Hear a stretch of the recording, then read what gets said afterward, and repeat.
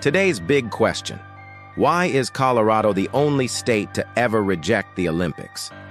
Now, before we head to the polls and vote on this very important issue, let's consider the facts. The Summer Olympics have been held in 24 different countries, but only one state here in the U.S. has ever rejected the Games, Colorado, and they turned down the Winter Olympics specifically in 1976. But why? I mean, hosting the Olympics seems like a pretty great opportunity for a city or state, right? Well, not if it costs too much money and/or causes too much pollution. That's what voters in Colorado said in 1976. They didn't want to spend the money to host the Winter Olympics.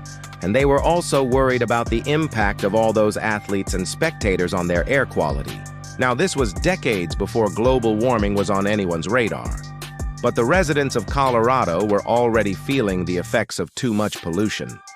Denver, Colorado Springs, and Aspen had all experienced several air quality crises by the 1960s and 70s. Those are the cities that wanted to host the 1976 Winter Olympics.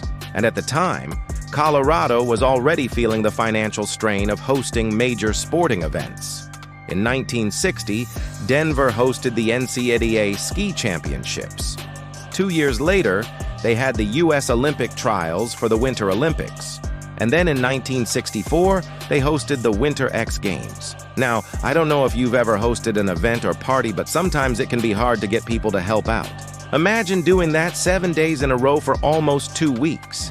Well, that's how the people of Colorado felt by the time 1976 rolled around. They didn't want to host the Olympics. So a group called the National Committee for a Responsible Olympics led a successful campaign to keep the Olympics out of Colorado.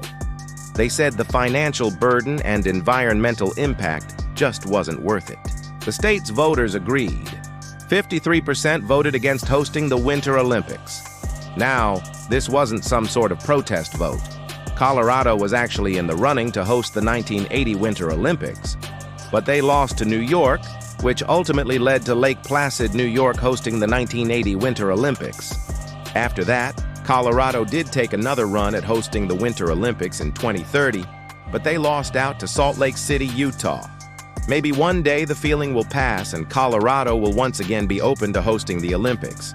But for now, they're officially the only state to ever say no. That's 1 minute. See you next time.